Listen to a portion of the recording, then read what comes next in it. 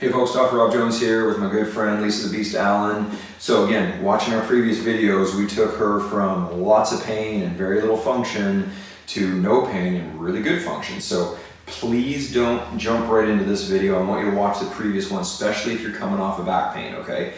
But basically what we've talked about is getting her body set up right with that stability mobility continuum, getting her core right, doing glute work on the ground, and then finding the glutes standing and picking things up. Now we're gonna go into some of the squat progressions we did, okay? So we started out after she was able to pick up a kettlebell from the ground.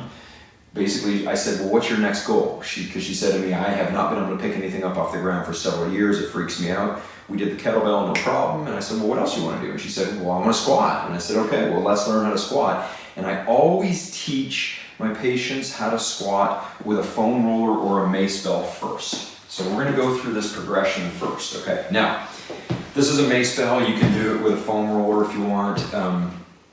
The thing to remember with your squat is everything ties in exactly how we did it before. We have to start with intra-abdominal pressure. We have to have the ability to keep the chest up without hyperextending. We have to be able to grab the ground, we have to monkey foot, and we have to be able to abduct and hip hinge, okay? So what we're gonna do first, let's have you sit facing this way. If you've never squatted before, actually sit kind of so your angle like that. If you've never squatted before, what I want you to do is get a foam roller or something about this tall, a stick, whatever, put both hands right on top of it, okay?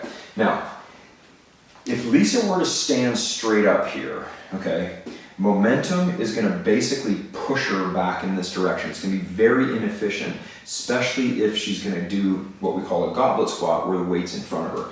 So we had to teach her how to get her center of gravity, which is kind of belly button down in the center of the body, over her base of support. And her base of support is her feet, basically. So let's narrow your stance a little bit. Okay, so what we're gonna cue is the same sequence we've done all along. So number one, we want the neck in a neutral position. I don't want you looking up when you squat. You're gonna hinder your nervous system. I'll talk about that another time. So we want neutral, okay? We want, of course, intra-abdominal pressure. And of course, we need glute medius turned on, and we need the feet monkey-footed to the ground because we have to have that good support system. Now, let's push that bar forward. Keep going, keep going, keep going, until we get the belly button pretty close to the base of support. Okay, now from that position, all I'm gonna do is cue her to get a little extra intra-abdominal pressure, a little extra abduction, and then just stand straight up.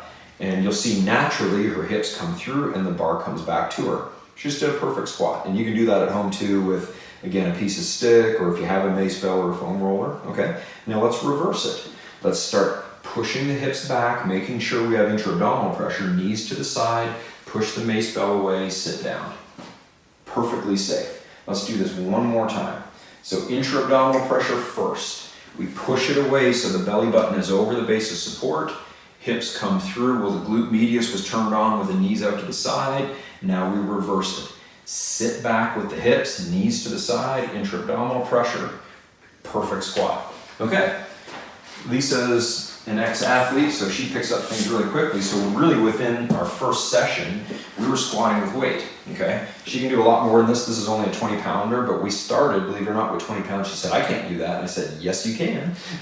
So goblet squat. So we're gonna keep it right underneath her chin. They call it a goblet squat because back in the days of yesteryear when they were drinking wine out of goblets, my daughter is gonna be cringing at me for my analogy right now, but that's why they call it a goblet squat. Okay, you can use a kettlebell and you can hold it by the horns, or you can hold the dumbbell like this. And we're gonna do the exact same thing we just did with the mace bell, okay? Intra-abdominal pressure. She's gonna hinge her hips back, and as she does that, the knees are gonna come to the side, and her center of gravity drops over her base of support, and she's perfectly aligned and there's no pressure on the back. The cool thing about a front squat or a goblet squat is with the weight in front, go ahead and lean forward. When you do this, it forces your intra-abdominal pressure and your lower back muscles, your paraspinal muscles, to turn on to support the spine because the weight's gonna pull you forward, so it gives you a nice natural alignment. Now you can cue somebody by pushing your hand here, so you abduct to feel glute med, and then go ahead and stand up. Squeeze the glutes, sit back down the exact same way. Butt comes back, knees to the side. There you go. So if you want to do this at home and you want to go through this checklist, I want you to think top down or bottom up. Okay, let's do it top down. So number one, let's pack the neck, okay? Because all the nerves that exit your neck feed your upper body. Your brain needs to understand that your nerves are in a good position. If you look up when you do this, you're gonna pinch some of those nerves and you're actually gonna kill some power to your extremities, okay? So that's why that old cue that I was taught back in high school, back in the Stone Age, is to look up when you squat. I don't want you to do that. I want you to pack your neck, neutral neck retraction. Now, nice thoracic spine, intra-abdominal pressure. So 1, 2, 3. Now, hold on. Now we're gonna go a little bit of glute medius. So we're gonna basically do this with the knees, okay, to feel glute medius come online. Now you see a lot of people do this and pick their toes up. Well, we don't wanna do that. As we do this, we want the big toe to stay smashed into the ground, because if you lose your big toe into the ground, you lose force through your posterior chain. Once you do that, you're ready to go. All we do is hinge back. Perfect. And then the same thing coming back up. Now let's go ahead and sit back down. Want to take a little rest? Okay, Lisa never wants to rest. Now if we're gonna go bottom up when we're sitting, let's start with the feet. Monkey foot the ground, okay?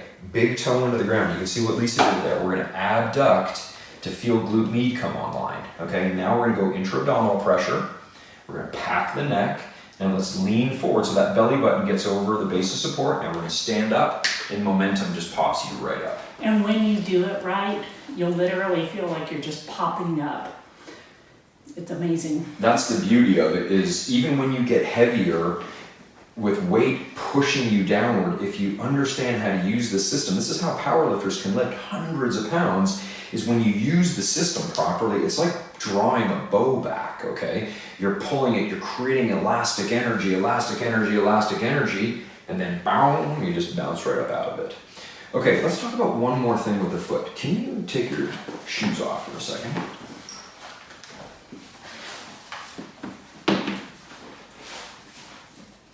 Okay, go ahead and stand up. Okay, so when we were talking about bottom up, the reason we want that big toe on the ground is because it creates an upside down triangle between here, the center of your foot and arch, and your heel. You have to have that for what we call ground reaction force. When you push energy into the ground, it will push energy back to you, and that gives you good stability. I was taught back in the day when I was going to do an RDL. You see my good old Injinji socks here, just like Lisa. Love these things. I was taught to do an RDL by lifting my toes off the ground and pushing my hips back. Well, that will get some of your weight back, but the problem is you lose nervous system contraction and you lose horsepower into your glutes and hamstrings. You can literally feel this if you try this on your own. So grab something that's not too heavy, especially if you have a back issue. Pick your toes up and push your heels back, okay? Now, push your toes, including your big toe, into the ground, and you'll feel this massive surge of contraction happening.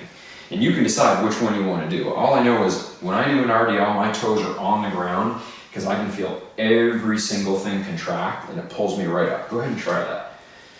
So, set up for an RDL is just like any other thing. Neutral neck, intra-abdominal pressure. Now, let's do that. Let's pick your big toes up, do your RDL, and hinge back.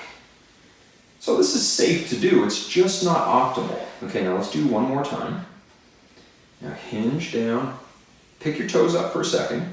Now feel for your hamstrings and glutes, and watch what happens. Really push your toes into the ground.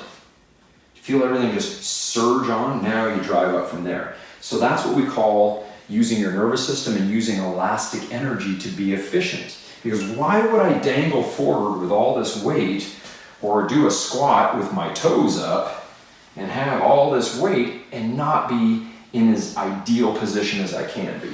So again, going through those checklists, bottom up, top down when you're getting ready to do a squat, you're gonna feel better because you're using your body the way it's designed to be used. So there you go. There's Squatting Made Easy with my good friend Lisa Allen at Lisa Allen Fitness. And of course, Dr. Rob here. Hit me up on the socials. Don't forget to subscribe and like. And as always, don't forget to protect your back.